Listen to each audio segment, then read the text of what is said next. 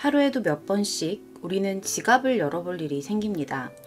요즘에는 스마트폰이 지갑의 역할을 대신하는 부분이 많이 커졌기 때문에 그마저도 들고 다니지 않는 사람들도 있겠지만, 그래도 아직까지는 만약을 대비해서 신분증이나 최소한의 현금, 신용카드 등을 소지하기 위해 이렇게 지갑을 들고 다닙니다.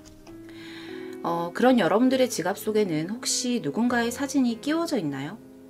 지금 현재는 아닐지라도 한 번쯤 지갑 속에 누군가의 사진을 작게 잘라서 잘 보이는 곳에 끼워 넣어본 경험이 있으실 거예요. 사랑하는 가족의 사진일 수도 있겠고, 연인의 사진 혹은 자신의 사진인 경우가 대다수일 겁니다. 어쨌든 누군가의 지갑 속 한 자리를 사진으로서 차지한다는 것은 그것만으로도 큰 의미를 지니게 되죠. 서울경찰청 광역수사대의 경위로 재직 중인 분이 계셨습니다. 그분 역시 지갑 속 한 자리에 한 사람의 사진을 끼워 넣고 살아왔습니다. 그것도 18년이라는 긴 세월 동안 말이죠. 그에게 사진 속 인물은 얼마나 큰 의미였을까요? 너무나 사랑하는 가족이었을까요? 하루에도 몇 번씩 열어보는 지갑 속 그 사람은 친구도 아니었습니다. 가족도 아니었어요. 그분은요, 그 지갑 속의 존재를 18년간 마음과 머리에 새겨놓고서 잊지 않고 살았었습니다. 하지만 정작 사진 속의 인물은 그분의 존재조차 모르고 있었습니다. 한 장의 CCTV 캡처 사진, 20대로 보이는 남성. 사진 속 인물은 18년간 해결되지 못한 미제 사건의 용의자였습니다.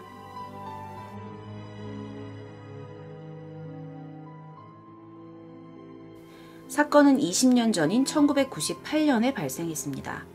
10월 27일 오후 1시경에 서울의 모 아파트에 살고 있는 가정주부 문 씨의 집 초인종이 울려요. 초등학생 남매가 곧 하교를 할 시간이었고 아이들이 온 건가? 라는 생각으로 현관까지 나갔지만 벨을 누른 사람은 아이들이 아닌 한 남성이었습니다. 그리고 전셋집을 보러 왔다는 남자의 말에 별 의심 없이 문을 열어주게 됩니다. 실제로 전세로 집을 내놓았었기 때문에 별다른 의심을 하지 않았을 것으로 보여요. 그리고 집을 보러 왔다는 이 방문객은 문 씨 집의 현관문이 닫히고 얼마 지나지 않아 강도로 돌변하게 돼요. 집안 여기저기를 둘러보는 척하면서 집에 문 씨 혼자 있다는 사실을 파악한 거죠.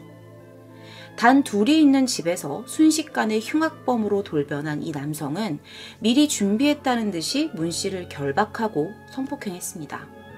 그리고는 노끈으로 목을 졸라서 살해한 뒤에 범행 현장을 유유히 떠났습니다. 학교 간 아이들의 하교를 기다리면서 집안일을 하고 있던 문 씨는 늘 그렇듯이 평범한 일상을 보내고 있던 중에 정말 생각지도 못하게 세상을 떠나게 된 거죠. 그리고 범인이 현장을 떠난 뒤에 문 씨의 시신을 발견하고 도움을 요청했던 사람은 다름 아닌 집에 돌아온 11살 초등학생 딸이었습니다. 늘 반겨주던 엄마의 그런 모습을 본 순간 얼마나 놀라고 무서웠을까요? 범인은요, 문 씨를 성폭행하고 살해한 것으로도 모자라서 그곳을 빠져나오기 전에 문 씨 남편의 체크카드를 훔쳐나왔습니다. 그리고 총 10여 차례에 걸쳐서 약 150만 원의 현금을 인출하게 됩니다. 강간이 목적이었는지 아니면 현금이 목적이었는지 정확하게 판단할 수는 없는 상황이었지만, 사람을 죽이고도 그 와중에 뻔뻔하게 돈까지 손을 대는 이런 여유로움이 생각해보니 개인적으로는 참 소름 돋게 느껴지더라고요. 당시 수사는 금방 해결될 것으로 보였습니다. 피해자의 몸에서 범인의 DNA를 어렵지 않게 확보할 수 있었어요. 그로 인해서 혈액형이 AB형이라는 사실까지 알아냈던 거죠. 게다가 이후에 범인이 현금을 인출하는 과정에서 CCTV에 얼굴이 선명하게 이렇게 찍히게 된 거예요. TV를 통해서 범인의 얼굴이 전국에 뿌려졌고요. 이제는 범인을 찾으면서 시청자의 제보를 기다리고 그리고 검거하는 일만 남았다고 생각을 했어요. 하지만 모두의 예상과는 정반대로 범인은 끝내 잡히지 않았습니다. 용의자를 특정하는 것부터 실패했어요. 당시 이 범인을 잡기 위한 수사본부도 2년이 지난 2000년 말에 해체가 되면서 사건이 그렇게 미제로 남게 됩니다.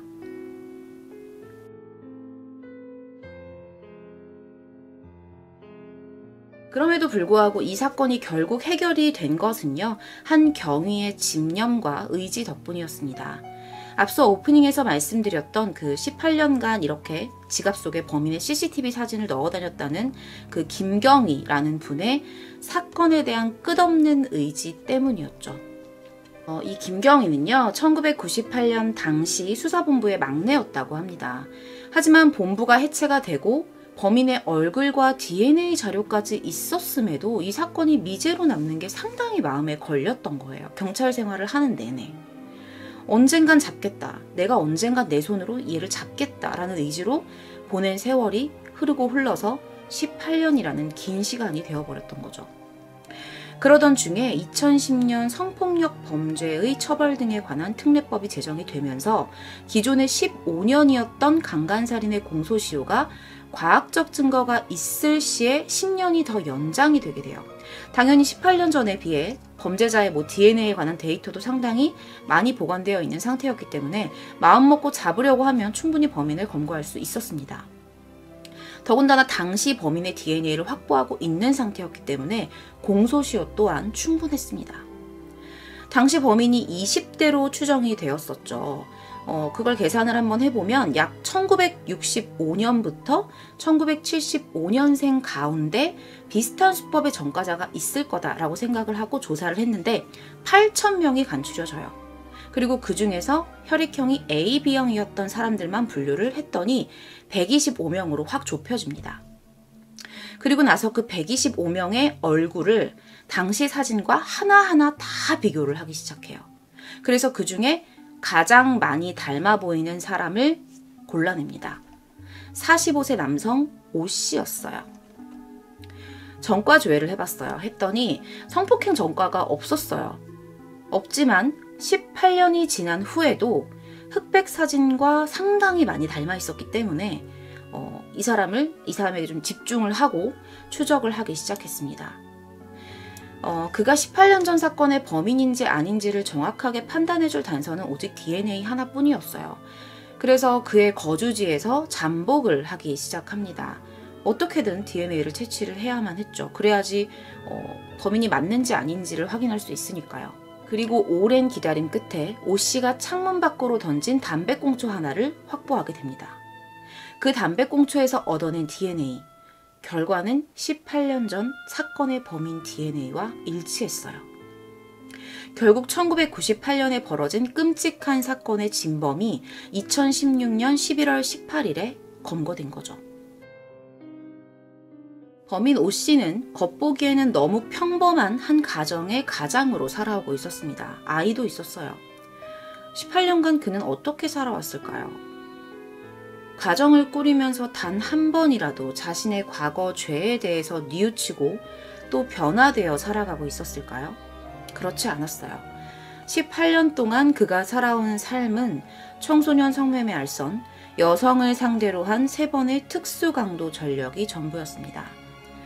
청소년을 상대로 성매매 알선을 해왔다는 그의 이후의 삶을 보면 당시 문 씨의 집에 침입했던 목적도 금전이 아닌 성폭행이었을 가능성이 매우 높고, 전셋집을 보러 왔다는 것 또한 그 목적 속에 포함된 거짓말일 가능성이 상당히 높아 보였습니다. 게다가 사건 당일, 그러니까 범행 몇십 분 전, 범행이 일어나기 몇십 분 전에 O씨가 이미 문 씨 집의 인근에 있는 한 역에서 문 씨의 집으로 공중전화로 전화를 걸어요. 그리고 또 몇 분 뒤에는 또 다른 장소로 이동을 해서 전화를 걸었다고 합니다.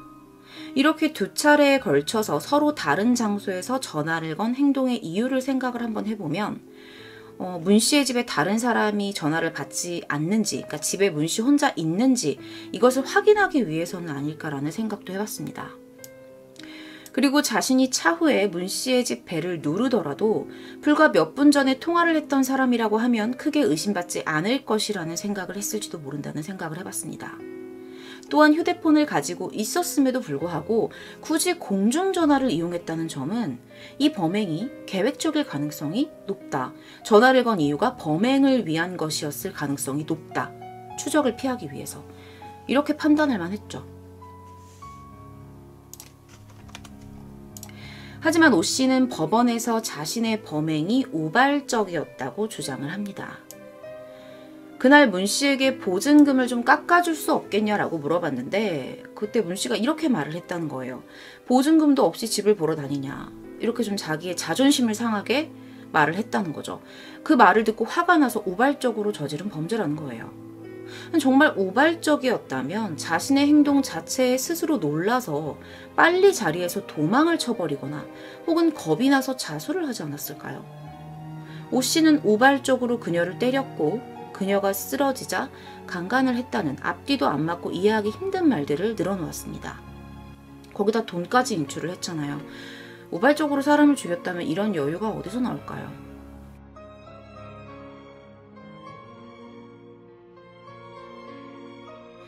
이번 사건이 해결되는 과정을 보면서 단순한 직업으로서의 자신의 일을 대하지 않고 사명감을 갖고 오랜 시간 동안 무언가에 대해 강하게 바라고 포기하지 않았던 한 경위의 모습에 많은 것을 느끼게 됐습니다. 진지하게 임하는 자세 그리고 꾸준한 집중이 결과적으로 미제로 남을 뻔한 사건을 해결했던 거죠. 뿐만 아니었습니다. 그가 사건을 더욱더 포기할 수 없었던 이유는 당시 엄마의 시신을 발견하고 큰 충격에 빠져서 헤어나오지 못하고 있었던 문 씨의 11살 어린 딸의 모습을 항상 기억하고 있었기 때문입니다. 피해자들의 아픔을 함께하는 것이 경찰 수사의 기본이라고 말하는 평소 그가 가지고 있는 생각을 그대로 보여주는 바였습니다. 이 사건은 결국 지극히 개인적일 수 있는 자신의 삶에 대한 전반적인 태도가 나아가서는 지극히 사회적으로도 선한 영향력을 끼칠 수 있고 이것을 알게 된 저와 여러분들도 자신의 삶에 대해서 그리고 자기의 직업에 대해서 어떤 태도를 가지고 살아가야 하는지 한 번쯤 돌아보게 만드는 사건이었습니다. 당시 범행 현장을 목격했던 딸은 지금 30살이 넘은 나이가 되었을 겁니다. 결혼을 했을 수도 있고요. 그렇다면 아이를 낳아 키우고 있을 수도 있겠죠. 사는 순간마다 엄마가 많이 떠오를 겁니다. 그리고 너무 오랜 시간 동안 누가 범인인지도 모르고 충격과 상처와 답답함과 무기력함 속에서 살아갔을 겁니다. 범인을 잡았다고 해서 두 다리를 뻗고 편안해질 수 없다는 것을 알고 있습니다. 상처와 그리움은 평생 남을 것이기 때문이죠. 하지만 누군가는 이 사건의 피해자 가족과 그 어린 딸 아이를 자신의 경찰 인생 18년 동안 잊지 않고 떠올리면서 아픔을 함께 했고 그 아픔을 끈기로 바꾸어 결국 범인을 잡아냈습니다. 이 사실만으로도 아주 조금의 아픔이라도 치유될 수 있다면 좋겠습니다. 범인 오 씨는 최종적으로 무기징역을 선고받았습니다. 이번 사건은 1998년 10월 서울시 노원구에서 발생한 주부 살인사건이었습니다.